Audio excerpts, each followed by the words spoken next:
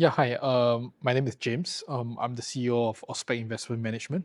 Um, Auspac Investment Management is a licensed fund manager based in Singapore. We have a variety of products that we offer, correct? Typically, proprietary funds that we run. Correct. So, what we determine as proprietary funds is funds that we have our own strategy, we raise our own money, correct? And we apply the strategies with an in house team, correct? On our second part of the business, correct, what we have is what we call funds as a service, correct? So, typically, that's what Auspec does. We do have an external asset management arm as well, correct? I see it this way as private credit is a very broad understanding of many different terms, correct? Our focus for the fund is actually in private debt, correct? And why we think Singapore is a very suitable location is because um, Singapore itself, there are a variety of family offices, correct? In Singapore, I think there's more than 300 family offices in Singapore. So definitely the level of wealth management is there, correct? So I think that's one of the biggest perks that we see in Singapore. In Singapore, the regulatory system is very rigid as well, correct? For good and bad, correct? But the thing is, it gives security to our investors, knowing that funds that are run under the MAS regimes are heavy regulated. So, for example, audits are required for all your financial statements. We do quarterly submissions as well, so that this gives additional credibility to the funds itself. So to delve a bit deeper into the funds that we run, correct? So we offer a securitized private debt fund, correct, that returns about 9 to 11% per year. That is paid out on a quarterly basis, right? This fund is the unique feature about this fund is actually that we lend to Singapore borrowers and we put a second charge on their Singapore properties. Yeah. So to reiterate, we only lend to Singapore borrowers. We only take Singapore properties as collateral. So the risk mitigation part of it is how do we keep default rates low? Currently, our fund has been around for about 3 years, correct? We have a 0% default rate. How we keep it low is through many various methods. So number one is that you need to do KYC on your borrowers, correct? We do a variety of KYC. So typically we get all the credit reports.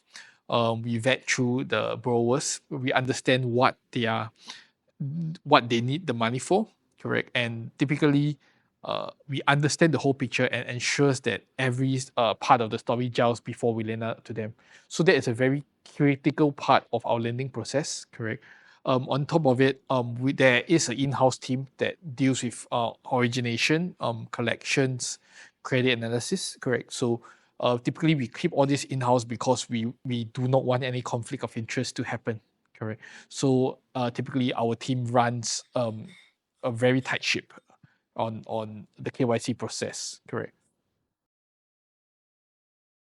I wouldn't say 9 to 11% is extremely high returns in the current market. If you compare our product to maybe equities out there, equities can easily offer 20 to 30%, correct, in the market, and that's not unheard of. So what we are trying to offer to our investors is a very stable and safe product, correct. So typically, if you understand the operations of how we work very similar to banks or financial institutions.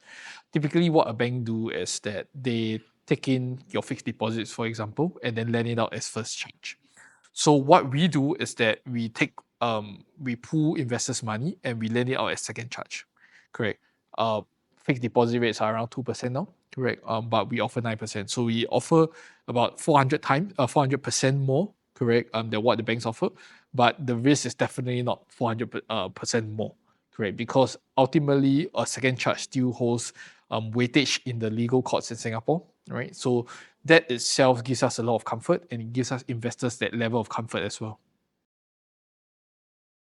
Yep. So we charge about maybe 2% on average per month as compared to banks which charge about 7 to 8%. Correct. So typically in the Singapore context, correct, there are a few regulations that we need to keep in mind. So number one being total debt servicing ratio. So even if borrowers were to go to the bank, correct, and they have um, loans that are more than 55% of their income, the banks would not be able to lend them the funds that they need, correct? Point number two is where the LTV of their property is above 65%, correct? The banks would not be able to refinance the property for them. That is on the regulation side. So typically, the other issue that we see with borrowers when they approach banks are the fact that there's a timing issue. So typically, the fastest a bank can disperse the funds is we are looking at about 3 months, correct, for them to complete all their KYC. For our end, because we operate as a fund, correct, we are able to disperse the money as fast as a week as compared to the bank, right? Another secondary issue, correct, with timing is that there's always an inconsistency, correct, when banks borrowings, right? Number one being the key factor being that typically it takes about 6 weeks, right, for a bank to get back to you whether they can lend you the money. But for us, because we run it as a fund yet again, correct, and we have an in-house team, we are able to let you know, correct, whether we can lend you the money, correct, within 1 day, correct. You get the answer, correct. So these are the reasons I would say why borrowers typically can't or do not approach the banks and they come to us, um, even though our interest rates are significantly higher than the banks. Typically in Singapore, there is no legal definition of secured and unsecured. Correct. So what we do is that we term it as assignment of proceeds. All right. So typically, what I mean by assignment of proceeds is when there is a default case, if there is, correct. The courts will have a summary judgment, correct, and it allows us, correct, to claim the amount from the borrower, correct. So within 3 months, if they don't pay back, what happens is that the courts will hire someone, correct, to sell the property, right? And when the property is sold, correct, that the proceeds will be assigned accordingly to priority. So first charge gets first priority, second charge gets second priority. So where we stand is that we stand right behind the first charge, ahead of other unsecured borrowers, correct. So we are in that spot where after the first charge is paid out, correct, we are there to receive the money, whatever remaining amount of the money, which is also supported by the fact that the comfort level of the LTV that we take is between 50 to 70%. So we have a 30% buffer in case there are any additional late fees or legal fees that the first charge is going to put a claim on the borrower itself. I think there's two parts to this question. The first being how do we, what's the general market outlook, right? So I think in the previous weeks we have heard quite negative news about private credit, but because private credit is such a broad spectrum of products, correct? There are unsecured loans, ranging from many different products. So I think the focus has always been in private credit as a general, and I would say at least 70-80% of private credit deals out there are unsecured.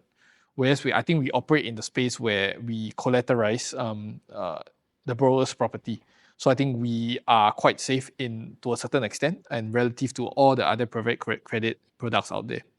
Right. The second part of this question is really how do we keep the default risk to a minimum? Correct. Like I said, it's a lot to do with KYC, correct? The initial stage where we select the borrowers, we understand, we take a look at the properties, what is the transactional record of the assets, what is the valuation at. So we take a very conservative approach to LTV, correct? That allows us to keep default risk to a minimum. I would say that private credit nowadays is a very, like I said, quite a few times, that it's a very broad spectrum of products. Um, it is now a very key buzzword that people like to use. So my advice is always look into the underlying assets of what you're investing in. Correct. Um, for example, factoring, trade invoicing is also part of private credit. Correct. And this is something that it's not new. It's not something that's very innovative, but it has been around for very long. There might be some operators that claim that these are secured, but it's not really secured in our opinion, right? Because the hard assets that you're lending against is non-existent, correct? You're just lending against a piece of paper, which is effectively an invoice, right? In fact, we have borrowers that come to us because they have done invoice financing and or rather the supplier that was supposed to pay them did not pay them, right? So at the end of the day, correct, just be aware of the underlying assets that you're investing into. I think that is my key advice, right, to all the investors out there.